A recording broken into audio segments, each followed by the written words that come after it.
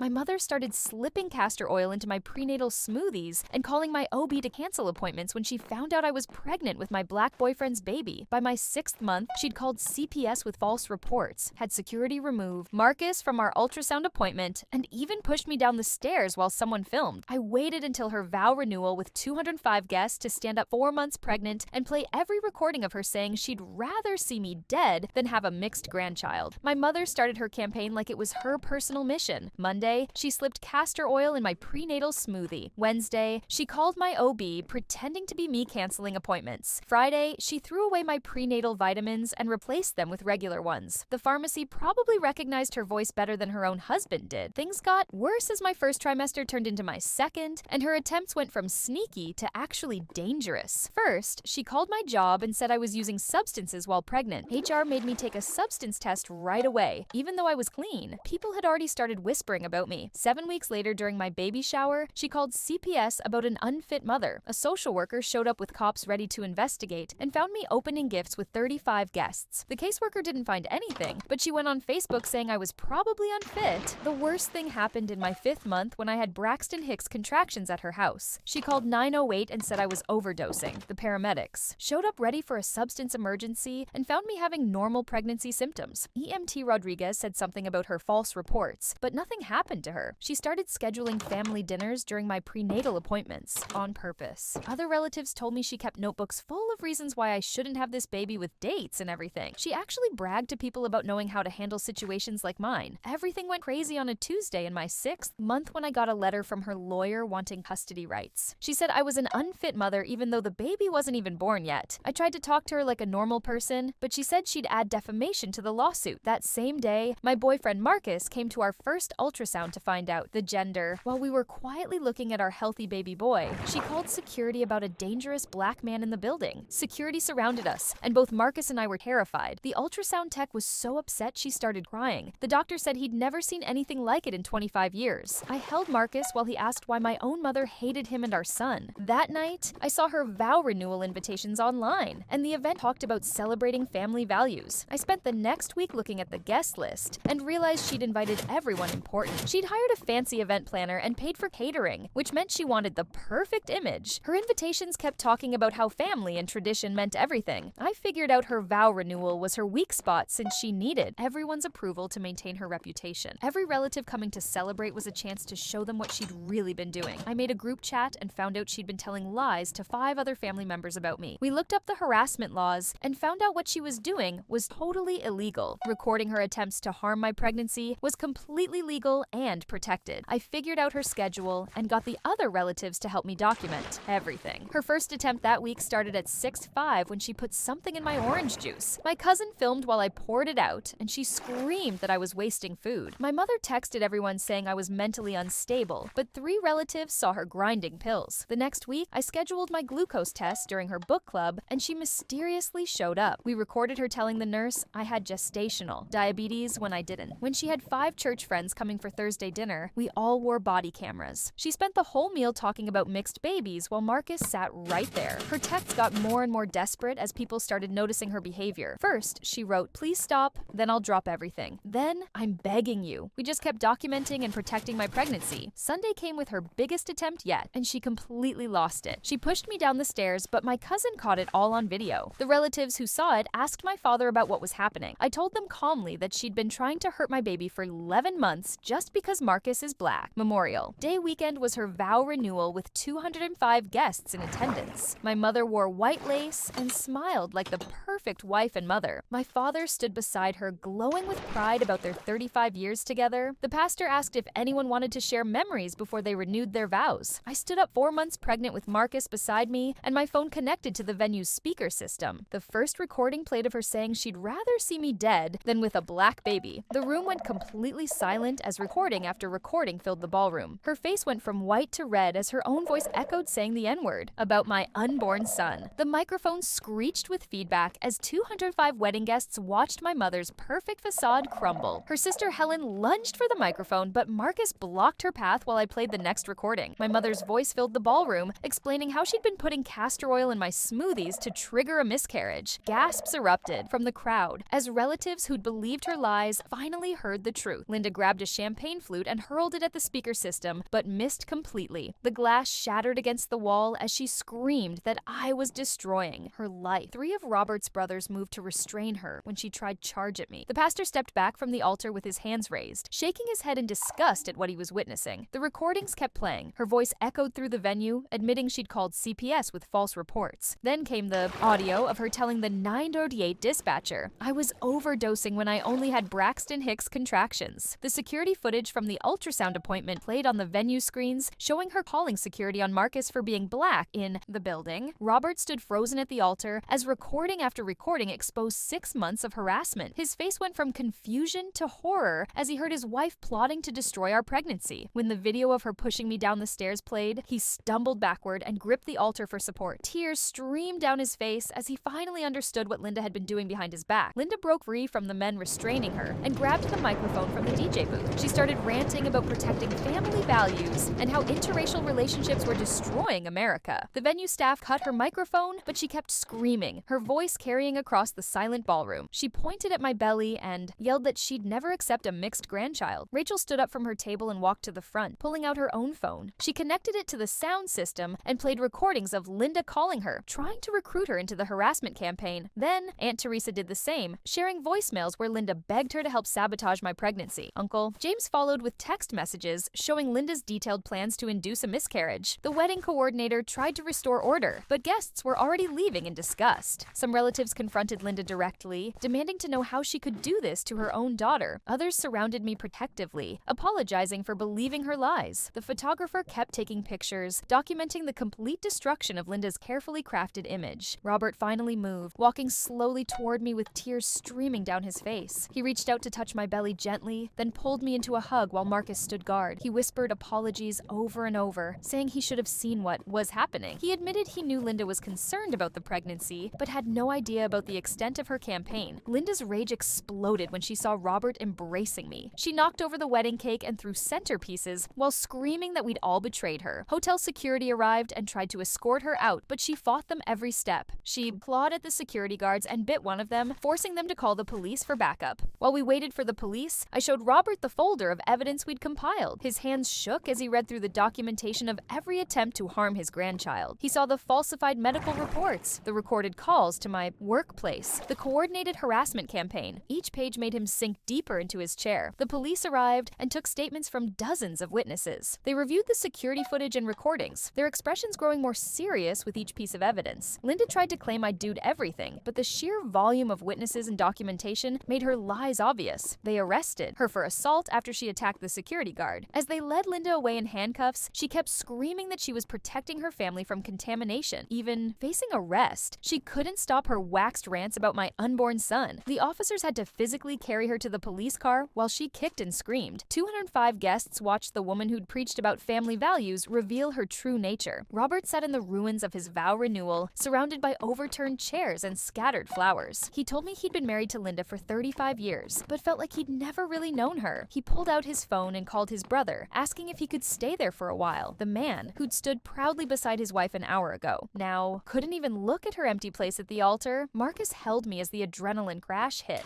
There's something strange about how Linda went from sneaking castor oil into smoothies to full-blown public meltdowns. What made her think she could keep escalating without anyone catching on? My hands shook as I realized it was finally over, that everyone knew the truth about what my mother had been doing. The baby kicked hard, probably responding to my stress, and I rubbed my belly to sue him. We'd protected him from his grandmother's hatred, but the cost was watching my family shatter in front of 205 people. Rachel and Aunt Teresa helped me to a chair while Uncle James brought me water. They formed a protective circle around me, making sure I was okay after the confrontation. Other relatives approached one by one, apologizing for believing Linda's lies and promising to support me through the pregnancy. The family that Linda had tried to turn against me was now rallying to protect me from her. The venue staff started cleaning up the destruction, while guests filtered out in shock groups. Some stopped to hug me or shake Marcus's hand, expressing their disgust at Linda's behavior. The pastor approached and blessed my pregnancy, saying, "No child should face such hatred before they're even born." He offered to testify if needed about what he'd witnessed. Robert returned from his phone call, looking older than his 65 years. He asked if he could feel the baby kick, and I guided his hand to where his grandson was moving. Fresh tears fell as he felt the life Linda had tried to destroy. He promised to protect us both from her, no matter what it took. He said he'd already started thinking about divorce law. lawyers. As we prepared to leave the destroyed venue, I looked at the altar where my parents should have been renewing their vows instead of a celebration of 35 years of marriage. It had become the scene of Linda's complete exposure. The white roses she'd chosen so carefully were trampled on the floor, their petals scattered like the lies she'd been spreading for months. Marcus drove us home while I sat in silence, processing everything that had happened. The baby settled down as we left chaos behind, his movements becoming gentle rolls instead of sharp kicks. I knew this was just the beginning of a long legal battle with Linda, but at least now everyone knew the truth. She couldn't hide behind her perfect mother image anymore. When we got home, my phone was already filling with messages from relatives who'd been at the vow renewal. Some shared their own recordings of Linda's meltdown, while others offered support and apologies. The family group chat that Linda had used to spread lies about me was now full of people condemning her behavior and planning how to help me through. The rest of my pregnancy, I sat on our couch with my hands on my belly, feeling my son move inside me. Despite everything Linda had tried, he was still here, still healthy, still loved. Marcus sat beside me and put his hand over mine, and we felt our baby together. We'd won this battle, but I knew Linda wouldn't give up easily. The real fight was just beginning. The next morning brought a pounding headache and 34 missed calls from Linda's phone. Marcus deleted them without letting me listen while I nursed a cup of decaf tea. My hands still trembled from the confrontation, and the baby seemed restless, shifting constantly, as if he could sense my anxiety. Rachel arrived at noon with groceries and updates. She'd been fielding calls all morning from relatives who'd attended the vow renewal. Most were horrified by what they'd witnessed, but a few of Linda's church friends insisted we'd ambushed her unfairly. Rachel showed me screenshots of Linda's sister, Helen, defending her on social media, claiming we'd taken things out of context. That afternoon, Robert came by with 2 suitcases and red-rimmed eyes. He'd spent the night at his brother's house, unable to return to the home he'd shared with Linda for 3 decades. He sat at our kitchen table looking lost, explaining how he'd discovered Linda had been withdrawing large sums from their joint savings account over the past 11 months. The money had gone toward private investigators, legal consultations, and something called a family preservation fund that he couldn't trace. Marcus made coffee while Robert showed us bank statements. Nearly 35.5 had disappeared, all connected to Linda's campaign against our pregnancy. Some withdrawals matched dates when she'd hired people to follow us or paid for background checks on Marcus's family. Others corresponded with her failed legal threats and mysterious medical consultations. The doorbell rang that evening, and through the peephole, I saw 2 police officers. They needed additional statements about the assault at the venue and Linda's pattern of harassment. I spent 2 hours going through the timeline while they took notes, their expressions growing more concerned as the evidence mounted. They mentioned potential charges ranging from assault to stalking to filing false reports. Marcus held my hand as we explained the months of escalating behavior. The officers reviewed our documentation, particularly interested in the false 908 calls and CPS reports. They said Linda's actions constituted a clear pattern of harassment with racial motivation, which could elevate the charges. They took copies of everything and said a detective would follow up within the week. After they left, I couldn't stop shaking. The baby hadn't moved in over an hour, which sent me into a panic. Marcus drove us to the emergency room where they hooked me up to monitors. My blood pressure was dangerously high, and the doctor insisted on keeping me overnight for observation. She said the stress was affecting both me and the baby, and I needed to find ways to protect myself from further trauma. Robert stayed with us at the hospital, pacing the halls like a caged animal. He made phone calls to lawyers, his voice echoing off the sterile walls as he began the process of protecting his assets from Linda. Between calls, he sat by my bed apologizing repeatedly, saying he should have recognized the signs of her obsession sooner. The next morning, my blood pressure had stabilized enough for discharge, but the doctor ordered modified bed rest. No more confrontations, no stress, just focusing on keeping myself and the baby healthy for the remaining weeks of pregnancy. Marcus took immediate leave from work, his employer understanding given the circumstances we documented. At home, I tried to follow doctor's orders, but Linda made that impossible. She'd been released on bail and immediately began a new campaign. First, she showed up at Marcus's workplace, causing a scene in the lobby until security removed her. His boss called to assure him his job was safe, but the humiliation stung. Then she targeted my support system. Rachel received threatening letters about choosing sides and betraying family. Aunt Teresa found her car tires slashed after publicly supporting me on social media. Uncle James discovered someone had called his employer claiming he was involved in substance dealing. Each attack was carefully crafted to avoid direct threats while maximizing damage. Catherine Mills, the attorney who'd agreed to take our case, worked quickly to file for an emergency restraining order. She said Linda's behavior since the arrest showed clear escalation and danger. The hearing was scheduled for the following week. That felt like a lifetime away when every day brought new harassment. Marcus installed security cameras around our apartment after we found evidence someone had tried to pick our lock. The scratches on the doorframe were fresh, and neighbors reported seeing Linda in the building despite not knowing our exact unit number. Building Building management increased security patrols and put her photo at all entrance desks. My cousin David called with disturbing news. He'd overheard Linda at their church telling people I was mentally unstable and had attacked her at the Vow Renewal. She was painting herself as a concerned grandmother trying to save an unborn child from dangerous parents. Some congregation members who hadn't attended the Vow Renewal were believing her version of events. The stress made sleep impossible. I'd lie awake feeling the baby move, wondering if he could sense the chaos surrounding his arrival. Marcus would rub my back and sing softly, trying to create moments of peace. But we both knew Linda wasn't finished. She'd lost her public image, but that only seemed to make her more dangerous. Thursday brought a new low. Linda had contacted my OB's office, pretending to be me again, this time claiming I wanted to switch to a home birth with no medical supervision. Fortunately, the staff recognized her voice from previous attempts and called to verify. My doctor was furious, threatening to involve law enforcement if the harassment continued. That same day, we learned Linda had hired a new lawyer, someone known for taking questionable cases. He sent a letter demanding grandparent visitation rights and questioning our fitness as parents. The letter cited my mental instability and Marcus's criminal background, a complete fabrication based on a traffic ticket from 2 years ago. Catherine responded swiftly, pointing out that grandparent rights didn't apply when the grandparent posed a danger to the child. She included documentation of Linda's racist statements and harassment campaign. The legal battle was officially beginning, and I was only 7.5 months pregnant. Robert's divorce lawyer uncovered more financial devastation. Linda had opened credit cards in both their names, maxing them out on legal fees and private investigators. She'd also been in contact with anti-miscegenation groups online, some of whom had donated to her cause. The paper trail revealed an obsession that went deeper than anyone had realized. Friday afternoon, I woke from a nap to find Marcus on the phone with campus security from his old college. Someone had called claiming he'd never graduated, trying to get his degree revoked. It was absurd, but it meant hours of Marcus providing documentation and dealing with bureaucracy. Robert's checking bank statements like he's solving a crime show mystery. $35.5 vanished into Linda's "let's destroy my grandchild's life fund." That's enough money to buy a really nice car or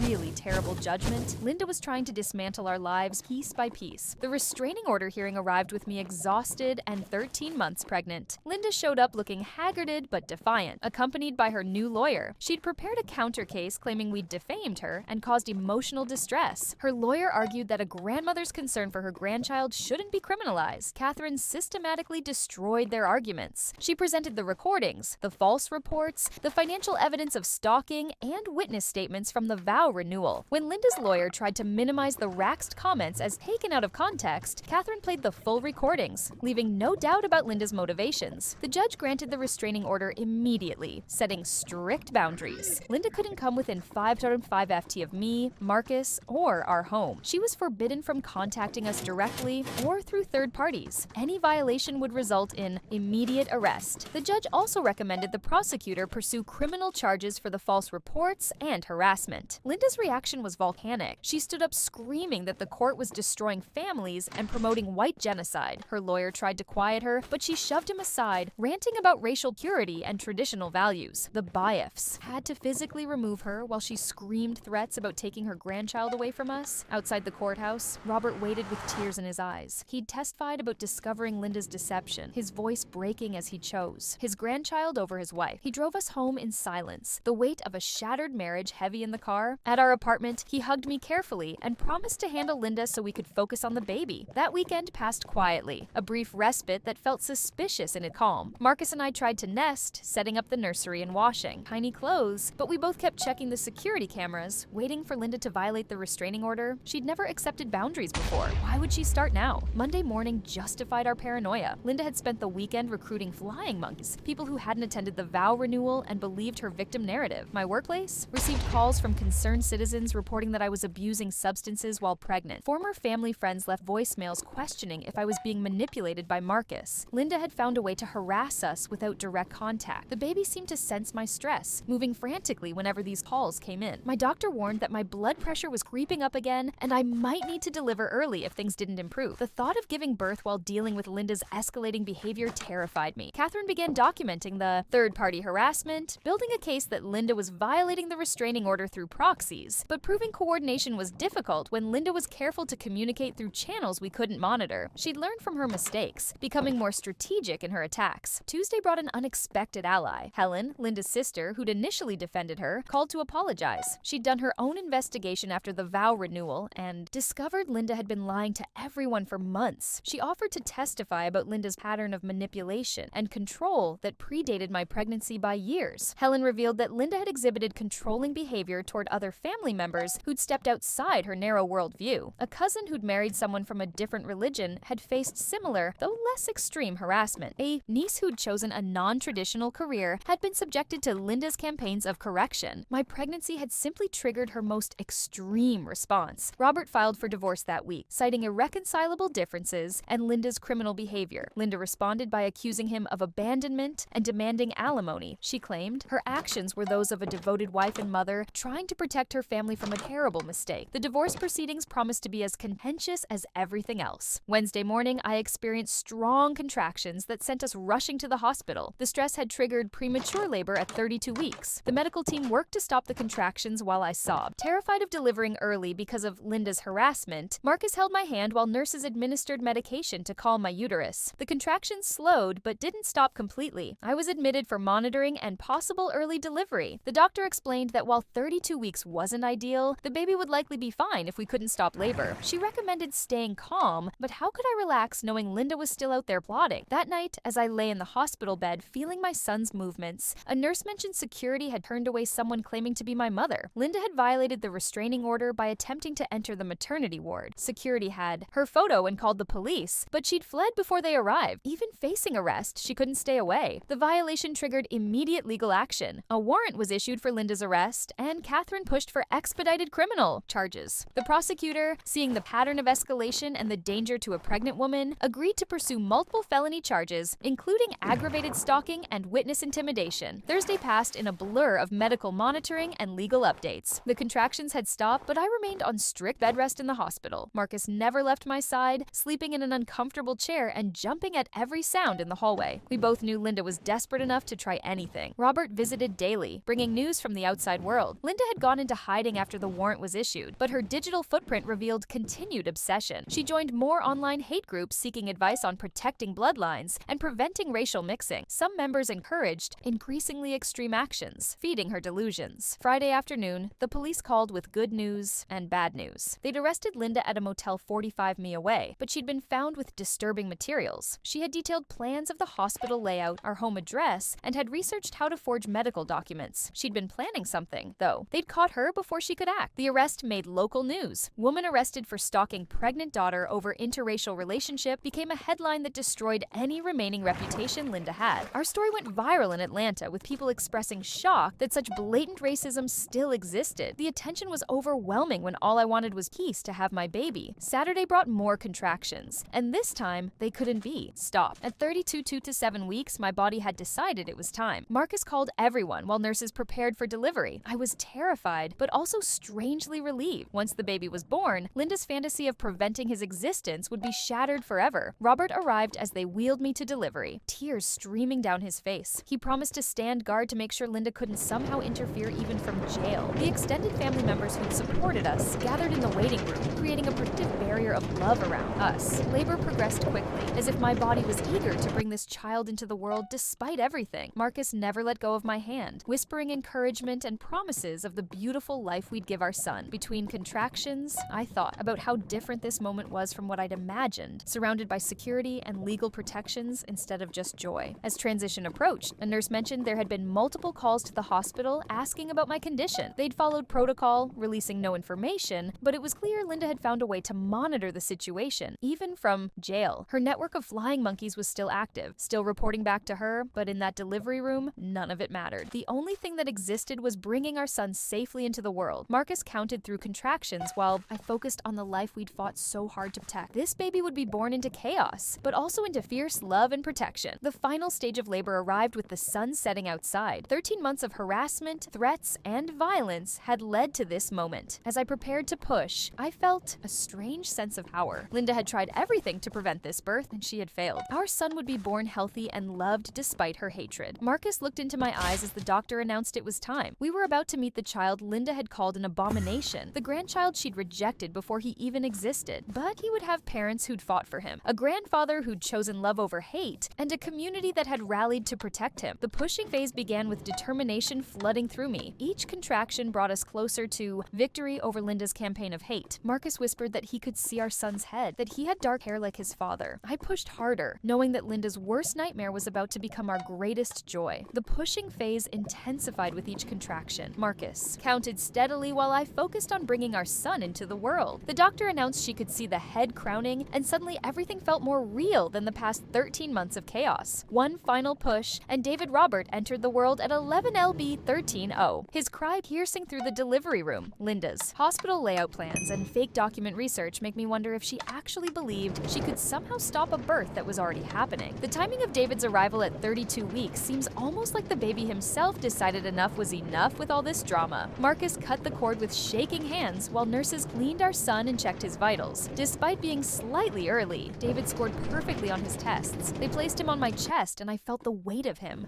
real and warm and alive. Marcus leaned over us both, tears streaming down his face as he touched his son's tiny fingers. Robert waited outside the delivery room, pacing anxiously until a nurse invited him in. He approached slowly, as if afraid to disturb the moment. When I offered to let him hold David, he broke down completely, cradling his grandson while promising to protect him from Linda's hatred forever. The man who'd stood beside Linda just weeks ago at the Vow Renewal now stood firmly with us. That first night in the hospital passed peacefully. David latched well for feeding, and Marcus stayed awake, watching us both, still processing that our son was finally here. The nurses mentioned increased security protocols were in place after Catherine's warning about Linda, though she remained in custody. Even from jail, her presence loomed over what should have been pure joy. The next morning brought visitors. Rachel arrived first with balloons and tears, followed by Aunt Teresa and Uncle James. Each of them held David carefully, marveling at his perfect features and promising to be the family Linda had tried to destroy. Marcus's parents drove through the night from Virginia, arriving exhausted but eager to meet their first grandchild. Catherine called with updates about Linda's case. The prosecutor had added federal charges based on the hate crime evidence, and Linda faced serious prison time. She'd been denied bail after the judge reviewed her escalating behavior and the materials found during her arrest. The preliminary hearing was set for the following month, giving us time to adjust to parenthood before facing her in court again. On our third day in the hospital, the social worker from CPS visited. She'd been assigned to close out the false and bow reports Linda had filed, documenting the pattern of harassment for the criminal case. She held David briefly, shaking her head at how Linda had weaponized their services against an innocent family. Her report would add weight to the prosecution's case. Marcus handled the discharge paperwork while I dressed David in his going-home outfit. The tiny clothes seemed impossibly small, but he was perfect in them. Hospital security escorted us to our car, a precaution that felt both excessive and necessary given Linda's history. The drive home was surreal. Our son finally leaving the hospital, Linda had tried to prevent him from ever reaching. At home, we found the apartment transformed. Robert had hired cleaners while we were gone, and Marcus's parents had stocked our freezer with prepared meals. The nursery we'd assembled during the chaos now held our actual baby. I settled into the rocking chair to feed David while Marcus organized the mountain of supplies we'd accumulated. That first week blurred together in a cycle of feedings, diaper changes, and stolen moments of sleep. Robert visited daily, always bringing something useful and staying just long enough to help without intruding. He'd moved into a furnished apartment near his brother, starting divorce proceedings while Linda awaited trial. The man I'd known my whole life was finally choosing his family over his wife's hatred. Catherine stopped by with paperwork for the extended restraining order. She needed documentation showing David's birth to ensure Linda could never legally approach him. The order would remain in effect regardless of her criminal trial outcome, protecting our son from his grandmother's poison. Marcus signed everything immediately, determined to build every possible barrier between Linda and our child. The pediatrician's first visit went smoothly. David was gaining weight appropriately despite his early arrival, hitting all his markers perfectly. The doctor knew our situation and took extra time explaining normal newborn behaviors, understanding we had enough stress without unnecessary worry. She promised to document everything carefully, creating a medical record that showed David thriving despite the circumstances of his birth. 2 weeks postpartum, I attended my follow-up appointment while Marcus stayed home with David. My body was healing well, though the doctor remained concerned about my stress levels. She prescribed mild anxiety medications safe for breastfeeding and strongly recommended therapy once I felt ready. The physical recovery was progressing, but the emotional toll would take longer to address. Helen called that afternoon with disturbing news. She'd been monitoring Linda's former social media accounts and discovered a network of supporters still active. They'd created a fund for her legal defense, spreading lies about government persecution of a concerned grandmother. Most donors didn't know the full story, contributing based on Linda's carefully crafted victim narrative. The FBI agent assigned to the hate crime charges visited to prepare our testimony. She reviewed the evidence methodically, building an airtight case that showed Linda's pattern of escalation. The federal charges carried included mandatory minimums that would keep Linda imprisoned for years. She explained the difference between state and federal proceedings, preparing us for the long legal journey ahead. Marcus returned to work part-time after 3 weeks, his employer accommodating our need for flexibility. I stayed home with David, finding rhythm in our daily routines while remaining hyper-vigilant about security. Every delivery person was scrutinized, every unexpected visitor viewed with suspicion. Linda had trained us to see threats everywhere, a legacy that would take time to overcome. The victim advocate called to discuss the upcoming preliminary hearing. She offered to accompany us to court, providing support during what would be our first time seeing Linda since her arrest. I agreed immediately, knowing I'd need help facing my mother while protecting my newborn son. The advocate had experience with family violence cases and understood the complexity of confronting a parent who'd become a danger. Robert's divorce lawyer contacted us about testimony for those proceedings. Linda was contesting everything, claiming Robert had abandoned her during a mental health crisis. She wanted alimony, the house, and half his retirement despite spending tens of thousands on her harassment campaign. The lawyer assured us the criminal charges would impact the divorce settlement, protecting Robert's assets from funding more. Hatred. 0 weeks after David's birth, we received a notice that Linda had been transferred to federal custody. The state charges would be handled first, followed by the federal hate crime prosecution. Her public defender had requested a psychiatric evaluation, likely searching for any defense against the mountain of evidence. Catherine warned us this was standard procedure, not a sign of weakness in our case. Marcus's mother extended her stay to help with David while we prepared for court. She'd taken leave from her job in Virginia, determined to support us through the legal proceedings. Having her presence meant we could attend hearings without worrying about childcare, though the thought of being away from David even briefly caused anxiety. The preliminary hearing arrived on a Thursday morning. I dressed carefully while Marcus prepared David's diaper bag, though he'd stay with his grandmother during the proceedings. The courthouse looked different in daylight, less imposing than during our restraining order hearing. The victim advocate met us at security, guiding us to a private waiting room away from Linda's supporters. When they brought Linda into the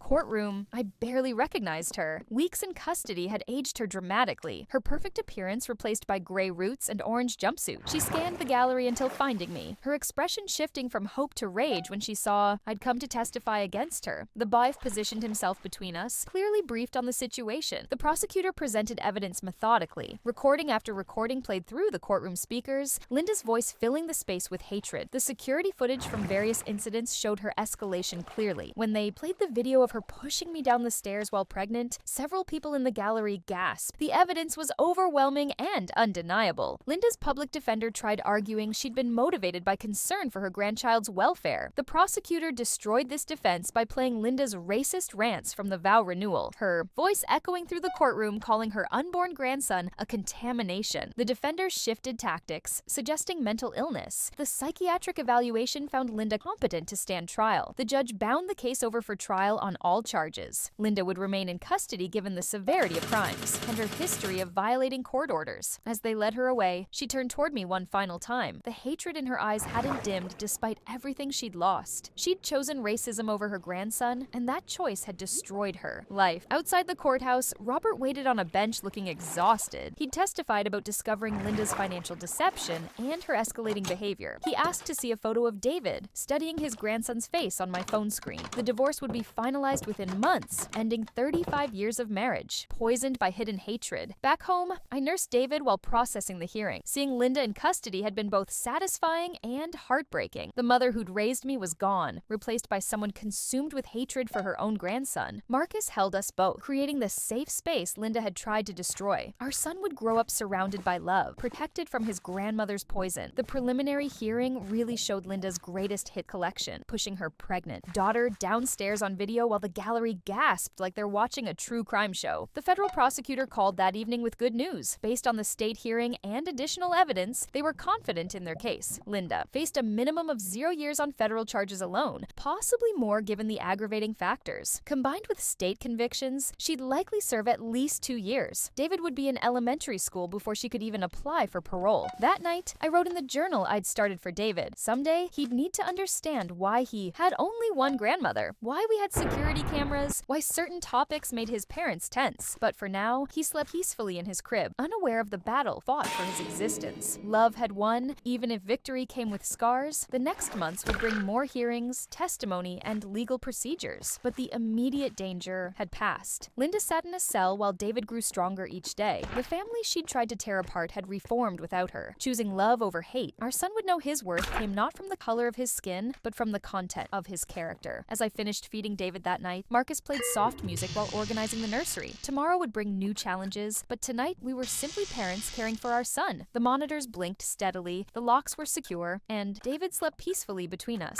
We'd built our fortress of love, and Linda's hatred couldn't penetrate these walls. Interesting how they're still checking the monitors and locks even after hearing about Linda's sentence. Makes you wonder if that feeling of safety ever really comes back. Like the video